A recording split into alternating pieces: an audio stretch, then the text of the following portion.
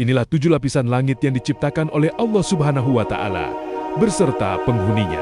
Assalamualaikum warahmatullahi wabarakatuh. Tahukah kamu, Allah Subhanahu wa Ta'ala menciptakan 7 lapisan langit, mulai dari langit terendah, yaitu langit dunia yang berisikan matahari, bulan, dan planet-planet, sampai langit tertinggi Sidratul Muntaha. Ingin tahu 7 lapisan lengkapnya? Tonton video ini sampai habis. Bayangkan jika pada suatu malam kita menengadah ke langit, gelap, luas, dan penuh dengan cahaya bintang yang tak terhitung jumlahnya.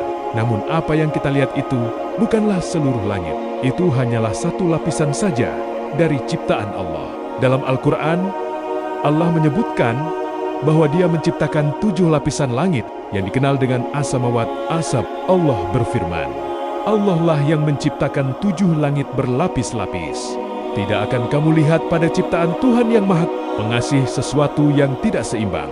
Quran Surah Al-Mulk ayat 3. Ayat ini bukan sekadar informasi, melainkan sebuah peringatan bahwa ciptaan Allah begitu sempurna, tertata, dan penuh hikmah. Manusia dengan seluruh teknologi dan ilmu pengetahuannya baru mampu menembus langit pertama.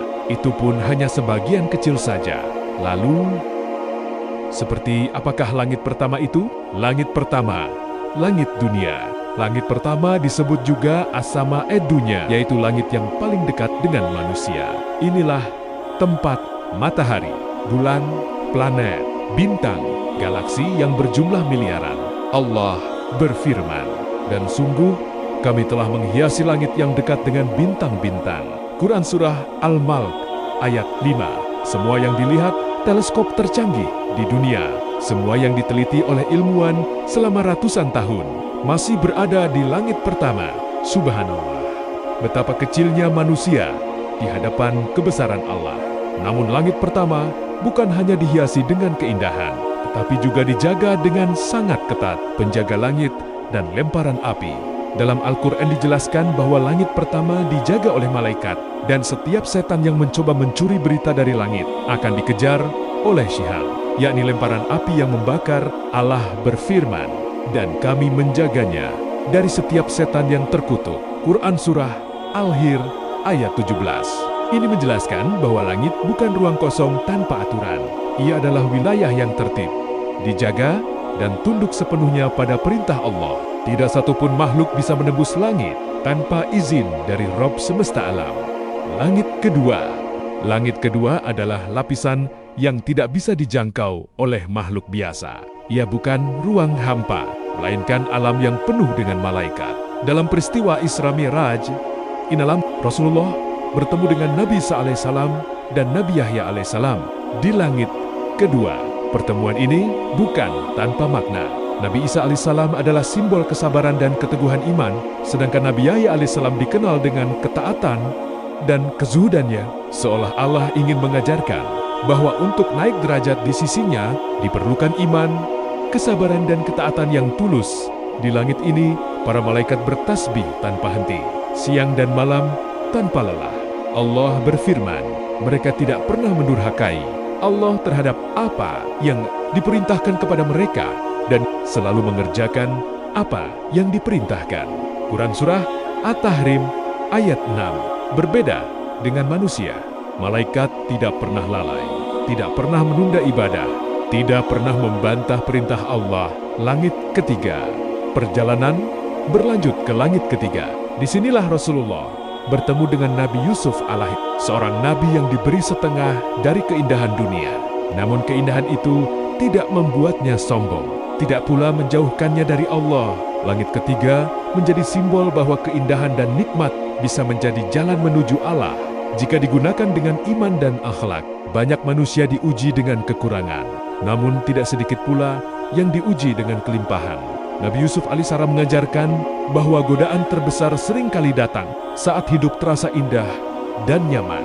Di langit ini, malaikat-malaikat juga memiliki tugas khusus mengatur urusan yang Allah kehendaki di alam semesta. Semua berjalan rapi, tanpa kekacauan, tanpa kesalahan. Langit keempat. Di langit keempat, Rasulullah bertemu dengan Nabi Idris alaih. Allah menyebut Nabi Idris dalam Al-Quran, dan kami telah mengangkatnya ke tempat yang tinggi. Quran Surah Maryam ayat 57.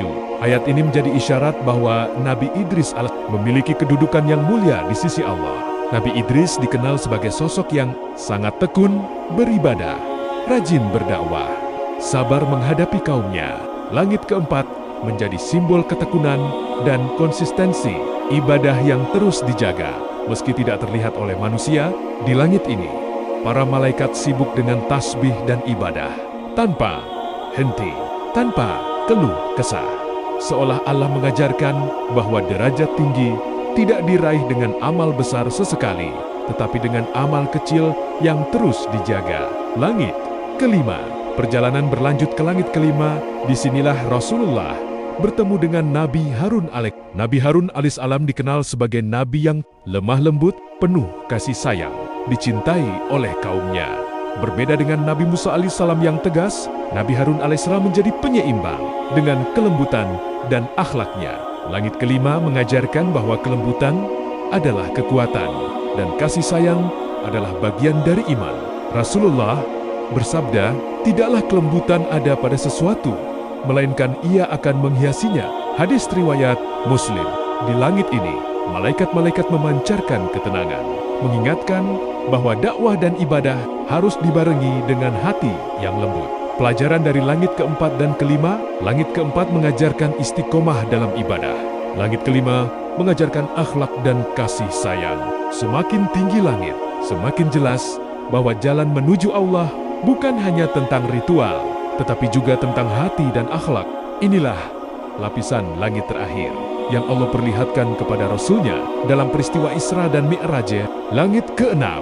Di langit keenam, Rasulullah bertemu dengan Nabi Musa alaih. Nabi Musa alaihissalam adalah nabi yang banyak menghadapi ujian, memimpin kaum yang keras, berbicara langsung dengan Allah. Saat Rasulullah naik, Nabi Musa alaihissalam menangis. Ketika ditanya alasannya, ia berkata bahwa umat Nabi Muhammad akan lebih banyak masuk surga dibanding umatnya. Tangisan ini bukan karena iri, melainkan karena cinta dan kepedulian. Di langit ke-6 pula, terjadi dialog yang sangat penting tentang salat. Atas saran Nabi Musa alaihissalam, Rasulullah kembali menghadap Allah hingga kewajiban salat diringankan menjadi 5 waktu, namun tetap bernilai 50 pahala. Ini menunjukkan bahwa salat adalah hadiah langsung dari langit, bukan sekadar kewajiban biasa. Langit ke-7. Perjalanan dilanjutkan ke langit ke-7. Disinilah Rasulullah bertemu dengan Nabi Ibrahim alaihissalam. Nabi Ibrahim alaihissalam bersandar di Baitul Mamur, tempat ibadah para malaikat. Setiap hari, 70.000 malaikat masuk ke Baitul Mamur dan tidak akan kembali lagi ke sana. Begitu banyaknya malaikat, hingga jumlah mereka tak terhitung oleh manusia. Nabi Ibrahim alaihissalam dikenal sebagai bapak para nabi dan simbol tauhid. Langit ke-7 mengajarkan bahwa puncak perjalanan iman adalah ketauhidan yang murni. Sidratul Muntaha. Setelah langit ke-7, Rasulullah sampai di Sidratul Muntaha. Inilah batas terakhir makhluk. Tidak ada malaikat. Bahkan Jibril alaihissalam pun tidak mampu melampauinya. Sidratul Muntaha adalah tempat berakhirnya semua ilmu makhluk dan bermulanya perkara ghaib yang hanya Allah yang mengetahuinya. Disinilah Rasulullah menerima parina besar untuk umatnya. Perjalanan 7 lapisan langit bukanlah kisah untuk dibayangkan saja, tetapi pelajaran untuk diresapi, bahwa semakin tinggi derajat, semakin besar amanah. Ibadah adalah jalan naik menuju Allah. Akhlak adalah cahaya yang mengiringi iman. Dan meski manusia tidak mampu menembus langit dengan tubuhnya, setiap orang bisa mendekat kepada Allah melalui syalat, doa, dan amal saleh. Karena sejatinya, jalan menuju langit bukan di atas kepala kita, melainkan di dalam hati kita. Terima kasih sudah mau menonton. Wassalamualaikum warahmatullahi wabarakatuh.